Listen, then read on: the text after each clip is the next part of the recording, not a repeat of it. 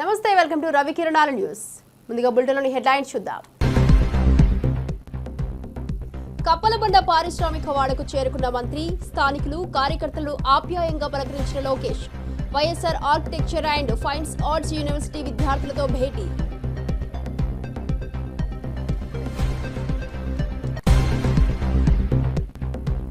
హైదరాబాద్ యశోద ఆసుపత్రిలో చేరిన కేసీఆర్. వైద్యుల సూచన మేరకే ఆసుపత్రిలో అడ్మిట్. కొనసాగుతున్న తదుపరి వైద్య పరీక్షలు. ఇటీవలే చికిత్స పొంది డిశ్చార్జ్ అయిన మాజీ ముఖ్యమంత్రి.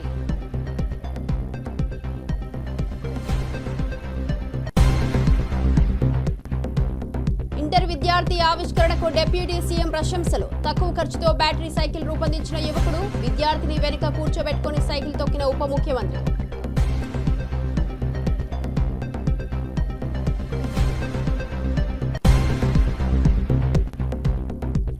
చేనేత అభివృద్ధిపై తుమ్మల సమీక్ష సమావేశం. నూలు సబ్సిడీ, రుణాల పంపిణీ, మార్కెటింగ్ వ్యూహాలపై అధికారులతో చర్చ. చేనేత రంగాన్ని బలోపేతం చేయాలని స్పష్టం.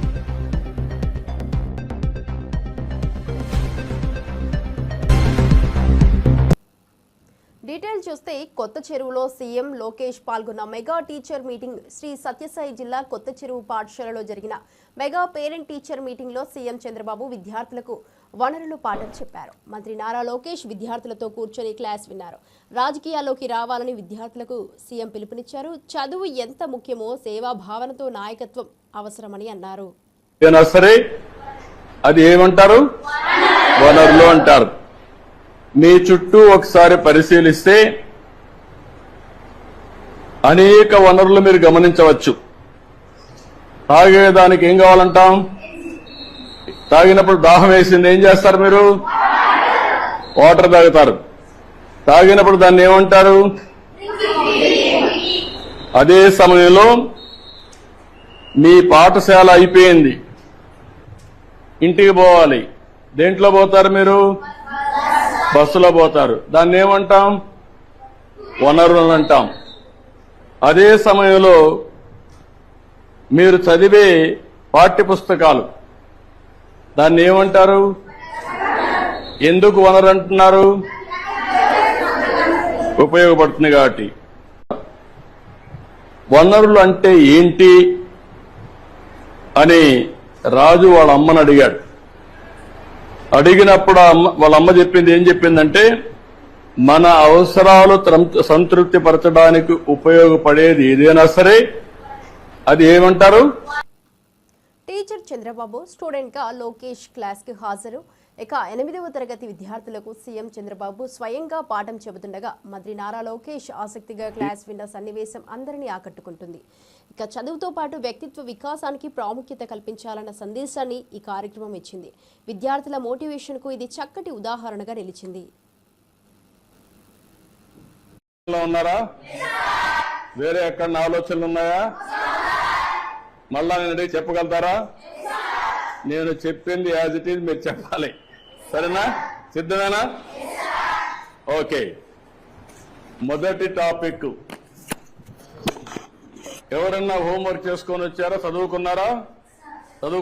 ఈ సబ్జెక్టు అయితే నేను బ్రీఫ్ గా చెప్తాను. చెప్పిన తర్వాత మీరు ఏదైనా అడిగితే సమాధానం కూడా చెప్పాలి. చెప్తారు కదా? ఓకే. మొదటి సబ్జెక్ట్ వచ్చి మనకు వనరులు. వనరుల గురించి మనకు ఒక చిన్న కథ.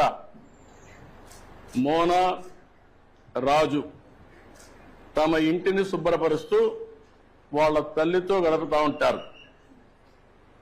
అప్పుడు ఈ బట్టలు, పాత్రలు, ఆహార ధాన్యాలు, దువ్వెన్లు, తేనె సీసా, పుస్తకాలు చూడండి. వీటిలో ప్రతి ఒక్క దానికి ఉపయోగం ఉంటుంది అనింది. ఎవరు? మోనా చెప్పింది. అందుకే అవి ముఖ్యమైనవి, ఇవి అన్ని కూడా వనరులు అని ఎవరు చెప్పారు? అది అయిన తర్వాత వనరులు అంటే ఏంటి అని రాజు వాళ్ళ అమ్మని అడిగాడు. అడిగినప్పుడు వాళ్ళ అమ్మ చెప్పింది ఏం చెప్పిందంటే, మన అవసరాలు సంతృప్తి పరచడానికి ఉపయోగపడేది ఏదైనా సరే అది ఏమంటారు? వనరులు అంటారు. మీ చుట్టూ ఒకసారి పరిశీలిస్తే అనేక వనరులు మీరు గమనించవచ్చు. తాగేదానికి ఏం కావాలంటాం? తాగినప్పుడు దాహం వేసింది ఏం చేస్తారు? మీరు వాటర్ తాగుతారు. తాగినప్పుడు దాన్ని ఏమంటారు? అదే సమయంలో మీ పాఠశాల అయిపోయింది, ఇంటికి పోవాలి. దేంట్లో పోతారు మీరు? బస్సులో పోతారు. దాన్ని ఏమంటాం? వనరులు అంటాం. అదే సమయంలో మీరు చదివే పాఠ్య పుస్తకాలు, దాన్ని ఏమంటారు? ఎందుకు వనరు అంటున్నారు? ఉపయోగపడుతుంది కాబట్టి. మీ నాన్న ఇంటికి పోతానే మీకేదో తినిబండారం ఇస్తాడు.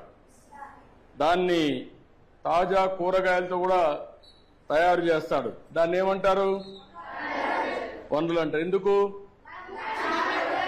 ఉపయోగపడుతుంది.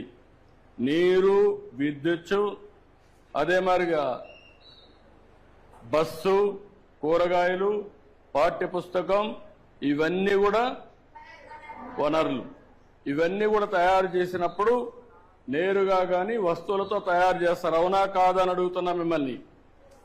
ఇది రావడానికి తయారు చేసే అన్నీ కూడా వనరులే. అవునా కాదా? కాబట్టి ఏదైనా ఒక వస్తువు వనరులుగా ఏ విధంగా మారుతుంది అని రాజుకు అనుమానం వస్తుంది. రాజుకు అనుమానం వస్తే చేనేత అభివృద్ధిపై తుమ్మల సమీక్ష సమావేశం. చేనేత జౌళి శాఖపై మంత్రి తుమ్మల నాగేశ్వరరావు సమీక్ష నిర్వహించారు. నూలు సబ్సిడీ, రుణాల పంపిణీ, మార్కెటింగ్ వ్యూహాలపై అధికారులతో చర్చించారు. గద్వాల్, పోచంపల్లి చీరల ఉత్పత్తి పెంపు, కార్మికుల సంక్షేమం కోసం మరిన్ని ఉపాధి అవకాశాలు కల్పించాలన్నారు. చేనేత రంగాన్ని బలోపేతం చేయాలని స్పష్టం చేశారు.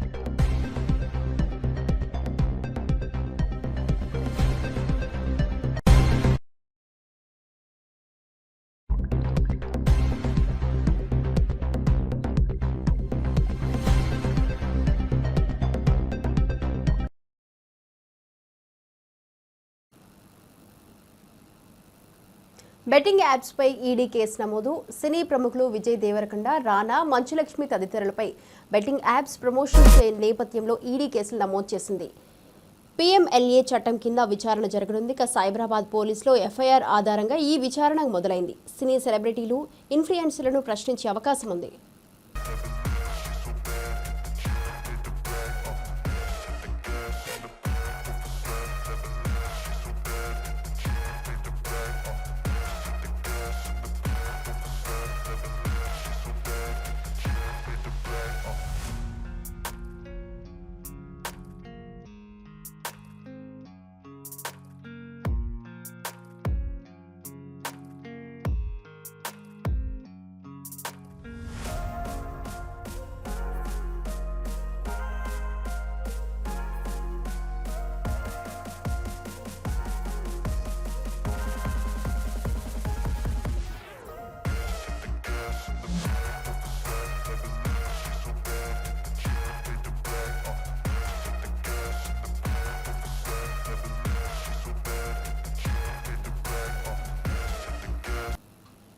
తల్లికి వందనం కార్యక్రమంపై లోకేష్ సందేశం గురువులే చదువుతో పాటు జీవిత పాఠాలు చెప్పే మార్గదర్శకులని మంత్రి లోకేష్ అన్నారు. తల్లుల ఘనతను గుర్తించే విధంగా తల్లికి వందనం కార్యక్రమాన్ని ప్రభుత్వం చేపట్టిందన్నారు. విద్యార్థుల తనను మలచుకున్న గురువులను ఎప్పటికీ గుర్తుంచుకోవాలన్నారు. విద్యారంగం పటిష్టతకు ఇది సరైన దిక్సూచి అని తెలిపారు. బ్లాక్ బోర్డ్ మీద చాక్ పీస్ తో అక్షరాలు రాసిన ఛాంపియన్స్ మన గురువులు. క్లాస్ రూమ్ లో చదువుతో పాటు జీవిత పాఠాలు చెప్పేది మన గురువు. స్టూడెంట్ ర్యాంకులు కొడితే ఆనందపడేది మన గురువు. స్టూడెంట్కి ఉద్యోగాలు వస్తే గర్వంగా చెప్పేది మన గురువు. అందుకే మనం ఎంత ఎదిగినా ఎంత పైకెళ్ళినా మన గురువుని ప్రత్యేకంగా మన పాఠశాలని మనం జీవితాంతం గుర్తుపెట్టుకోవాల్సిన అవసరం ఉంది. మాతృదేవో భవ. అమ్మ అంటే 2 అక్షరాలు కాదు, కనిపించే దేవత. తన జీవితం మన కోసం త్యాగం చేసేది మన అమ్మ. మన భవిష్యత్తు కోసం అహర్నిశలు కష్టపడేది మన అమ్మ. మనకి నడక నేర్పేది అమ్మ, మనకి బాధ్యత కూడా నేర్పేది అమ్మ. అందుకే గౌరవ ముఖ్యమంత్రి గారు తల్లికి వందనమని ఆనాడు చెప్పినప్పుడు కేవలం డబ్బులు ఇస్తాం కాదు, తల్లి పట్ల గౌరవం పెరగాలి, ఎప్పుడో తల్లికి అండగా నిలబడాలి. నేను పాదయాత్రలో ఎప్పుడు చెప్పేవాడిని, అమ్మని జాగ్రత్తగా చూసుకొని నాన్న ఏడిపించమని. అమ్మని మన గుండెల్లో పెట్టుకుని కాపాడాల్సిన బాధ్యత ఇక్కడున్న మనందరిపైన ఉంది. గౌరవ ముఖ్యమంత్రి గారు నన్ను విద్యాశాఖ మంత్రి చేసినప్పుడు నాకు ఒకటే చెప్పారు, ప్రైవేట్ పాఠశాలలకి ధీటుగా ప్రభుత్వ విద్యని తీర్చిదిద్దమని నేను చెప్పారు. అందుకే మీరు చూస్తే ఎప్పుడు లేని విధంగా ఈరోజు అద్భుతమైన యూనిఫామ్లు మీకు అందజేశాం, పుస్తకాలు ఇచ్చాం. ప్రైవేట్ సంస్థకి ధీటుగా ఈరోజు మీకు బ్యాగులు కూడా ప్రభుత్వం అందజేసింది, షూలు కానీ ఇవన్నీ కూడా ప్రభుత్వం అందజేసింది. ఇక్కడున్న తల్లిదండ్రులు ఒక్కసారి ఆలోచించమని కోరుతున్నా. గతంలో యూనిఫామ్లు ఇచ్చారు, నాణ్యత ఉండేది కాదు. ఈరోజు మేము ఇచ్చిన యూనిఫామ్ అన్ని స్టడీ చేసి కొంచెం బయట ఎండగా ఉన్నా కూడా పిల్లలకి ఇబ్బంది ఉండకూడదు, ఎక్కువ చవంట పట్టకూడదని అద్భుతమైన ఫ్యాబ్రిక్ కూడా తెస్తాం జరిగింది. ఇంతేకాకుండా ప్రభుత్వ పాఠశాల అద్భుతమైన ఉపాధ్యాయులు ఉన్నారు. ప్రైవేట్ పాఠశాల కన్నా మెరుగైన క్వాలిఫికేషన్ ఉన్న బ్యాటరీ సైకిల్ వారుడికి పవన్ కళ్యాణ్ ప్రోత్సాహం. బ్యాటరీ సైకిల్ రూపొందించిన విద్యార్థి సిద్ధు సైకిల్ను స్వయంగా నడిపిన పవన్ కళ్యాణ్ ₹1,00,000 ప్రోత్సాహంగా ప్రకటించారు. యువతలో ఉన్న ప్రతిభను గుర్తించి ప్రోత్సహించాల్సిన అవసరం ఉందని చెప్పారు. ఇంజనీరింగ్ లేని గ్రామీణ విద్యార్థి కొత్త ఆవిష్కరణకు ఇదే చక్కటి గుర్తింపని పేర్కొన్నారు.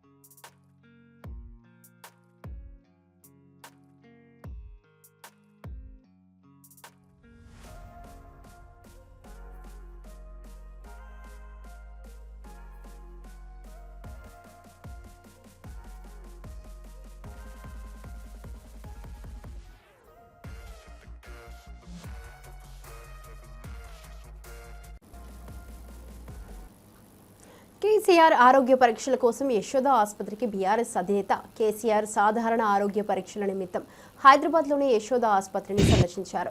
గతంలో చేసిన చెకప్కు ఫాలోఅప్గా ఈసారి వచ్చినట్టు సమాచారం. వైద్యుల పర్యవేక్షణలో టెస్టులు పూర్తయ్యాయి. ఆయన ఆరోగ్యంపై అభిమానుల ఆందోళనకు ఇది ఓ ఊరట.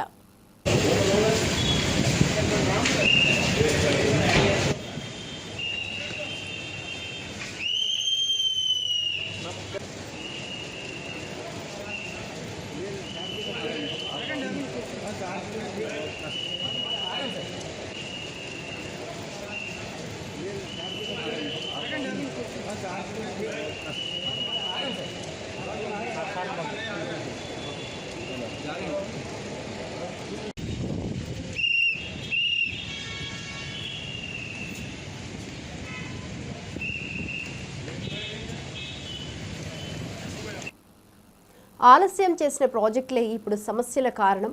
10 ఏళ్లుగా పెండింగ్లో ఉన్న ప్రాజెక్టులను పూర్తి చేయకపోవడమే ప్రస్తుతం ఏర్పడిన సమస్యలకి మూల కారణమని డిప్యూటీ సీఎం భట్టి విక్రమార్క అన్నారు. కాంగ్రెస్ ప్రభుత్వం వాటిని త్వరగా పూర్తి చేస్తుందని హామీ ఇచ్చారు. ప్రజల నమ్మకాన్ని నిలబెట్టుకునేందుకు తాము కృషి చేస్తామన్నారు. ఏరియా తక్కువ ఉన్నప్పుడు కూడా బచావత్ ట్రిబ్యునల్ వేసినప్పుడు అప్పటి వరకు ఉన్నటువంటి ఉమ్మడి రాష్ట్రంలో ఉన్న ప్రాజెక్టులన్నిటి కూడా నీటి కేటాయింపులు ఇవ్వాలనేటువంటి ఆలోచనతో మనకి మిగతా రాష్ట్రాల క్యాచ్మెంట్ ఏరియా కంటే కూడా తక్కువ ఉంటే కూడా కొద్దిగా ఎక్కువ కేటాయించారు. దీనికి కారణం ఏంటంటే ఆల్రెడీ ప్రాజెక్టులు కట్టుకొని ఉంటే, ఇరిగేషన్ ఏరియా నడుస్తూ ఉంటే ట్రిబ్యునల్స్ కంపల్సరీ ఆ వాటర్ అలాట్మెంట్ చేయాలి. దాంట్లో భాగంగానే మనకు కొన్ని కేటాయించారు. ఆయన ఆ బచావ్ ట్రిబ్యునల్ ఇచ్చినటువంటి జడ్జిమెంట్ పైన సరే ఎవరో ఓ పెద్ద మనిషి సుప్రీంకోర్టు పోవటం వల్ల అది ఆగిపోయింది. మధ్యలో ఆ తర్వాత బ్రజేష్ కుమార్ ట్రిబ్యునల్ వచ్చింది. ఈ మధ్యలో 2004లో ఈ ట్రాన్సిట్ పీరియడ్ లో కృష్ణానది పైన ఇంకా త్వరితగతిన కొన్ని ప్రాజెక్టులు టేకప్ చేసి కంప్లీట్ చేస్తే రేపొద్దున మళ్ళీ బ్రజేష్ కుమార్ వచ్చినప్పుడు వాటర్ అలాట్మెంట్ కూడా సీరియస్ గా ఉంటుంది. క్యాచ్మెంట్ ఏరియా కంటే కూడా ఈ ప్రాజెక్టులు ఆన్ గోయింగ్ ఉంటాయి కాబట్టి ఇటు కంపల్సరీ ఇవ్వాల్సినటువంటి పరిస్థితి వస్తుందనేటువంటి ఆలోచనతో ఆనాటి ఉమ్మడి రాష్ట్రంలో కాంగ్రెస్ ప్రభుత్వం సీరియస్ గా అన్ని ప్రాజెక్టులు టేకప్ చేసింది. ఆ చేసినటువంటి ప్రాజెక్టులన్నింటినీ ఈ 10 సంవత్సరాల టీఆర్ఎస్ ప్రభుత్వం కంప్లీట్ చేసి ఉంటే ఈ రోజు అసలు ప్రాబ్లం లేదు. కేవలం టీఆర్ఎస్ ప్రభుత్వం ఆ స్టార్ట్ చేసిన ప్రాజెక్టులు పూర్తిగా కంప్లీట్ చేయలేదు, యూటిలైజేషన్ లో తీసుకొని రాలేదు కాబట్టే ఈ రోజు అసలు కృష్ణా జలాలపైన మనకి నీళ్ల సమస్య అని చర్చ వస్తాం. అంటే దీని మొత్తానికి కారణం ద్రోహం జరిగిందంతా టీఆర్ఎస్ ప్రభుత్వం వారి నాయకత్వం కంప్లీట్ చేయలేకపోవటం వల్లనే తెలంగాణ రాష్ట్రానికి చాలా పెద్ద నష్టం జరిగింది. ఆ నష్టాన్ని ఇప్పుడున్నటువంటి ప్రభుత్వం రేవంత్ రెడ్డి గారి నాయకత్వంలో ఉత్తమ్ కుమార్ రెడ్డి గారు ఇద్దరు కలిసి సీరియస్ గా కేంద్రం పైన కొట్లాడుతా ఉన్నారు నీటి కేటాయింపు కోసం. ఇది ప్రధానంగా మనం ప్రజల్లో తీసుకొని. తెలంగాణలో వరి అవసరం లేదన్న బీజేపీ ఎంపీ, దేశంలో ఎవ్వరూ ఆకలితో చనిపోవడం లేదని, అందుకే తెలంగాణలో వరి సాగు అవసరం లేదని బీజేపీ ఎంపీ కొండా విశ్వేశ్వరరెడ్డి అన్నారు. ఈ వ్యాఖ్యలు తీవ్ర విమర్శలకు దారితీశాయి. వరి రైతుల కష్టాలను గౌరవించని వ్యవహారం ఇదంటూ రైతు సంఘాలు ఆగ్రహం వ్యక్తం చేశాయి. చెప్పిండు లెక్కలేందంటే 1 కోటి టన్నులు మనం తింటామంట, మనం 1 కోటి టన్నులు తినము. యావరేజ్గా ఒక మనిషి 72 కేజీలు తింటాడు ఈ ఏడాదికి. ఒక మనిషి అంటే యావరేజ్గా చిన్నపిల్లలు తక్కువ తింటారు, ముసలి తక్కువ తింటారు, లేబర్ పనిచేసేటోళ్ళు ఎక్కువ. యావరేజ్గా 72 కేజీలు. 4 కోట్ల జనాభా ఇంటూ 72 కేజీలు అంటే అవి 27-29 లక్షల టన్నులు అవుతాయి. అది బియ్యం అంటే అది బియ్యం తయారవుతానికి ఎన్ని ఒడ్లు కావాలి, కన్వర్షన్ రేషియో యాడ్ చేస్తే దాదాపు 45 లక్షల టన్నులు. మనం తినే వరి 45 లక్షల టన్నులు తింటే మనం పండించే వరి 2,80,000 టన్నులు పండిస్తాం. ఎవరికి అవసరం ఇది? వరి లేక ఎవరైనా ఆకలితో చచ్చిపోతుండ్రా? భారతదేశంలో ఒక్కడు కూడా చచ్చిపోతుంది. ప్రతి రాష్ట్రంలో వరి ఎక్కువ ఉన్నది, ప్రతి రాష్ట్రంలో. మన తెలంగాణలో వరి అవసరం లేదు. మనం తినే వరి వెనకట మాజీ ముఖ్యమంత్రి ఏదో చెప్పిండు లెక్కలేందంటే 1 కోటి టన్నులు మనం తింటామంట, మనం 1 కోటి టన్నులు తినము. యావరేజ్గా ఒక మనిషి 72 కేజీలు తింటాడు ఈ ఏడాదికి. ఒక మనిషి అంటే యావరేజ్గా చిన్నపిల్లలు తక్కువ తింటారు, ముసలి తక్కువ తింటారు, లేబర్ పనిచేసేటోళ్ళు ఎక్కువ. యావరేజ్గా 72 కేజీలు. 4 కోట్ల జనాభా ఇంటూ 72 కేజీలు అంటే అవి 27-29 లక్షల టన్నులు అవుతాయి. అది బియ్యం అంటే అది బియ్యం తయారవుతానికి ఎన్ని ఒడ్లు కావాలి, కన్వర్షన్ రేషియో యాడ్ చేస్తే దాదాపు 45 లక్షల టన్నులు. మనం తినే వరి తెలంగాణ లేని మ్యాప్పై దాసోజు శ్రావణ్ మండిపాటు. బీజేపీ నేత పీవీఎన్ మాధవ్ బహుకరించిన ఇండియా మ్యాప్లో తెలంగాణను తీసివేసిన విషయాన్ని బీఆర్ఎస్ ఎమ్మెల్సీ దాసోజు శ్రావణ్ తీవ్రంగా ఖండించారు. టీడీపీ నేత నారా లోకేష్ కు బుద్ధి ఉండాలన్నారు. బీజేపీ టీడీపీలు తెలంగాణ అస్తిత్వాన్ని అపహాస్యం చేస్తున్నాయన్నారు. ఈ భారతదేశం మ్యాప్ లో గనక మీరు నిశ్చితంగా కొంత జూమ్ చేసి గనక మీరు చూసినట్లయితే మిత్రులారా, దీంట్లో ఛత్తీస్గఢ్ కనబడుతుంది. కొత్తగా ఏర్పడ్డ ఛత్తీస్గఢ్ రాష్ట్రం కనబడుతుంది, జార్ఖండ్ రాష్ట్రం కనబడుతుంది. కానీ 70 సంవత్సరాల పాటు నిరంతర పోరాటాల తర్వాత, త్యాగాల తర్వాత, ప్రజాస్వామిక ఉద్యమం తర్వాత, రాజ్యాంగ నిబద్ధతతో తెలంగాణ రాష్ట్రాన్ని మనం సాకారం చేసుకుంటే ఘనమైనటువంటి ఒక సాంస్కృతిక చరిత్ర కలిగినటువంటి ప్రత్యేకమైనటువంటి ఒక తెలంగాణ చరిత్ర కలిగినటువంటి తెలంగాణ పటం మాత్రం ఈ మ్యాప్ లో కనబడతలేదు. ఇచ్చేట ఆయనకు బుద్ధి లేదు, తీసుకునేట ఆయనకు కూడా బుద్ధి లేనట్టుగా స్పష్టంగా కనబడతా ఉంది. Is this not an insult to Telangana? ఇవాళ బీజేపీ, తెలుగుదేశం 2 పార్టీలు కలిసి తెలంగాణ అస్తిత్వాన్ని అపహాస్యం చేసినట్లు కాదా అని చెప్పని ఈ సందర్భంగా నేను ప్రశ్నిస్తా ఉన్నాను. ఈ భారతదేశం మ్యాప్ లో గనక మీరు నిశ్చితంగా కొంత జూమ్ చేసి గనక మీరు చూసినట్లయితే మిత్రుల తెలంగాణలో కల్తీ కళ్ళు తాగి 6 మృతి చెందారని బీజేపీ రాష్ట్ర అధ్యక్షుడు రామచంద్రరావు అన్నారు. కొందరికి కిడ్నీలు దెబ్బతిన్నాయన్నారు. ఎక్సైజ్ శాఖ కళ్ళు వ్యాపారులతో కుమ్మక్కై నిఘా లేకుండా వ్యవహరిస్తోందని ఆరోపించారు. మత్తు పదార్థాలపై ప్రభుత్వ వైఫల్యం స్పష్టమన్నారు. అక్కడ వ్యక్తిని ఎవరైతే వెళ్ళారో అక్కడికి వాళ్ళు తాగిన తర్వాత అనధికారికంగా తెలిసింది 6 చనిపోవడం జరిగింది. ఈరోజు నిమ్స్ హాస్పిటల్లో దాదాపు 31 మంది ఇక్కడ అడ్మిట్ అయి ఉన్నారు. అందులో కొంతమంది ఐసీయూలో ఉన్నారు. 7గురికి కిడ్నీ ఫెయిల్ అయినాయి. వాళ్ళకి డయాలిసిస్ కూడా చేసేటటువంటి ప్రయత్నం చేస్తూ ఉన్నారు. మిగతా వాళ్లకు గ్యాస్ట్రోఎంట్రాలజీ సంబంధించినటువంటి ఒక ఏవైతే వాళ్ళకి ఇర్రెగ్యులర్ జరిగిందో ఇవన్నీ కూడా ఈరోజు నిమ్స్ డాక్టర్లు వారి ప్రయత్నాలు వాళ్ళు చేస్తూ ఉన్నారు. ఏది అయినప్పటికీ కూడా లోపల వాళ్ళ పరిస్థితి చూస్తూ ఉంటే చాలా బాధగా అనిపిస్తుంది. కళ్ళులో మామూలు కళ్ళు చెట్ల మీద తీసుకుంటేనో అది పెద్ద పాయిజన్స్ కాదు, అడల్టరేటెడ్ అయితేనే ప్రావిజన్స్ చెప్పేసి కూడా డాక్టర్స్ చెప్తా ఉన్నారు. దీంట్లో కలిపింది మందు అంటే ఎన్డీపీఎస్ కింద వచ్చేటటువంటి ఒక psychotropic substance, controlled substance, diazepam, alprazolam, chlorophyll లాంటి ఒక ఏవైతే డ్రగ్స్ ఉంటాయో దానికి కలిపి అక్కడ సప్లై చేయడం జరిగిందని స్పష్టంగా అర్థమవుతుంది. 1 బాటిల్ 2 బాటిల్ తాగిన వాళ్ళు ఉన్నారు. వాళ్ళ కిడ్నీలు ఫెయిల్ అయినాయి. అంటే ఎంత సీరియస్గా మందు కలిపి ఉండొచ్చు మీరు ఒక్కసారి ఆలోచించండి. ఎక్సైజ్ డిపార్ట్మెంటు కుమ్మక్కై కాంట్రాక్టర్స్తోని ఈ యొక్క మందు సప్లై విచ్చలవిడిగా జరుగుతుందని చెప్పేసి మేము భావిస్తూ ఉన్నాం. జనరల్ స్టోర్స్లో దొరికేటటువంటి ఒక ఏవైతే వస్తువులు అనేది దొరుకుతూ ఉన్నాయి ఇవన్నీ కిరాణా దుకాణాల్లో. ఇది ఒక ఇన్సిడెంట్, ఈ యొక్క సంఘటన ఈ రోజే కాదు, 6వ తారీఖున ముందు కూడా వికారాబాద్లో జరిగింది, కామారెడ్డిలో జరిగింది, మరి అనేక ప్రాంతాల్లో జరిగినాయి. కొన్ని బయటకు వస్తున్నాయి, కొన్ని బయటికి రావట్లేదు. కాబట్టి నేను ప్రభుత్వాన్ని డిమాండ్ చేస్తూ ఉన్నాను, కల్తీ మందు కలిపేటటువంటి ఒక ఏవైతే దుకాణాలు ఉంటాయో దాన్ని వెంటనే మూసివేయాలి. ఎక్సైజ్ డిపార్ట్మెంట్ రోజు తనిఖీ చేసి ఏ విధంగా వీళ్ళు కళ్ళు అమ్ముతున్నారా, కళ్ళు కలుపుతున్నారా అనే విషయం కూడా వాళ్ళు చూడాల్సిన బాధ్యత వాళ్ళకు ఉన్నది. కాబట్టి ఈరోజు ఎవరైతే చనిపోయారో వాళ్లకు మా తరపు నుంచి మేము ప్రకాటమైన సంతాపం తెలుపుతున్నాం. డాక్టర్లు వాళ్ళ ప్రయత్నాలు వాళ్ళు చేస్తూ ఉన్నారు. కొంతమంది ఇంకా సీరియస్గా ఉన్నారు. 31 మంది ఇక్కడ ఒకటే హాస్పిటల్లో ఉన్నారంటే ఇంకా చాలామంది వాళ్ళు ప్రైవేట్గా వేరే చోట కూడా వెళ్ళిపోవడం జరిగింది. కాబట్టి ఇది హైదరాబాద్ నగరంలో ఈ మధ్య కాలంలో జరిగినటువంటి ఒక ఏదైతే సంఘటన ఉందో ఇది చాలా పెద్ద సంఘటన.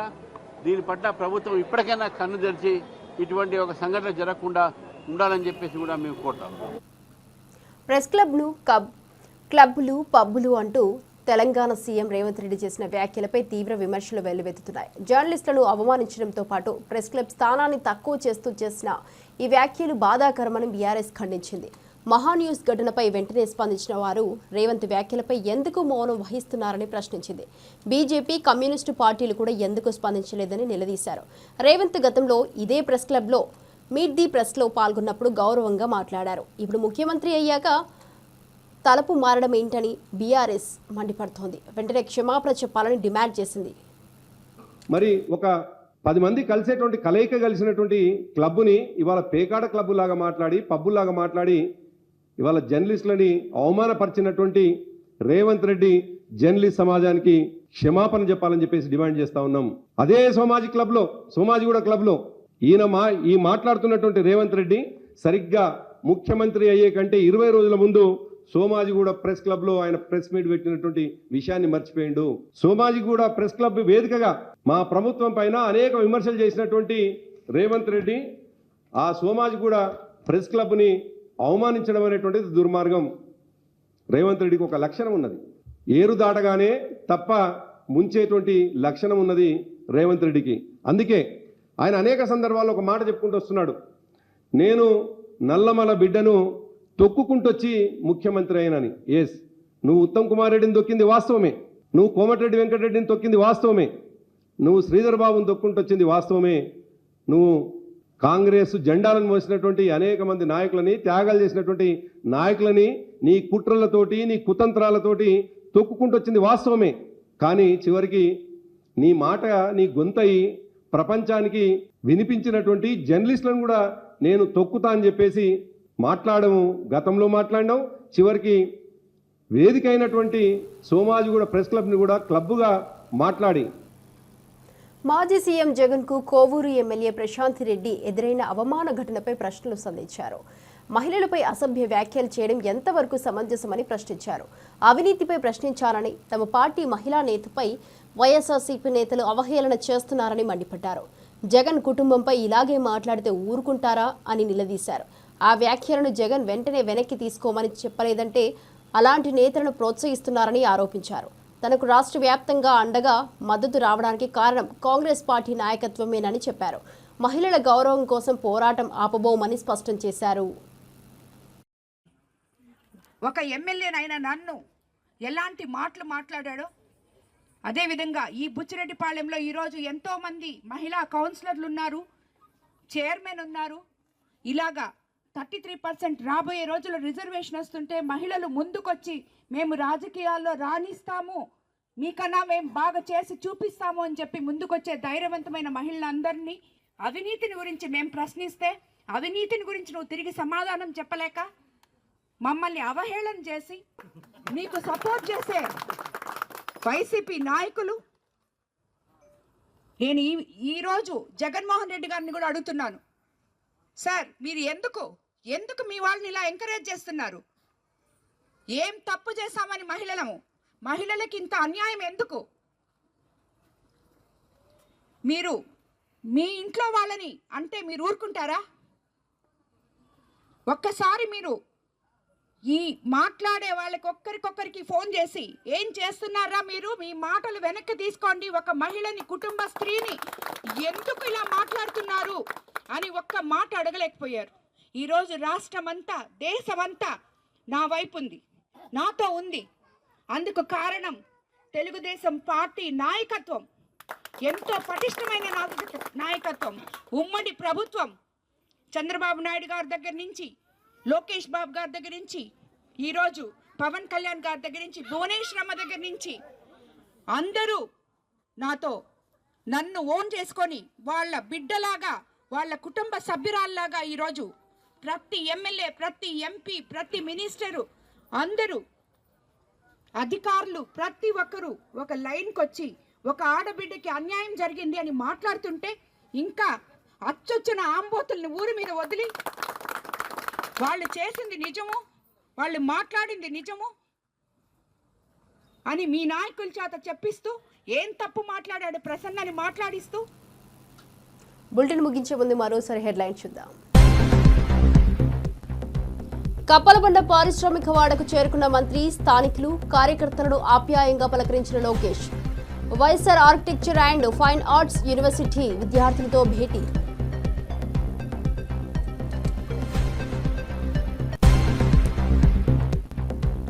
హైదరాబాద్ యశోద ఆసుపత్రిలో చేరిన కేసీఆర్. వైద్యుల సూచన మేరకే ఆసుపత్రిలో అడ్మిట్, కొనసాగుతున్న తదుపరి వైద్య పరీక్షలు. ఇటీవలే చికిత్స పొంది డిశ్చార్జ్ అయిన మాజీ ముఖ్యమంత్రి.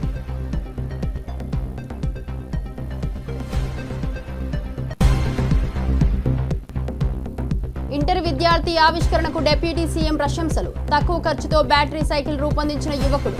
విద్యార్థిని వెనుక కూర్చోబెట్టుకుని సైకిల్ తొక్కిన ఉప ముఖ్యమంత్రి.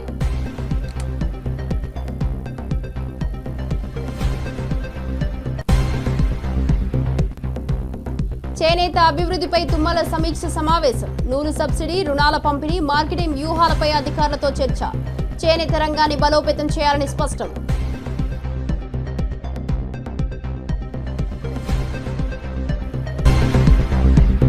ఇవి ఇప్పటివరకు బులెటిన్ అప్డేట్. చూస్తూనే ఉండండి రవి కిరణాల న్యూస్.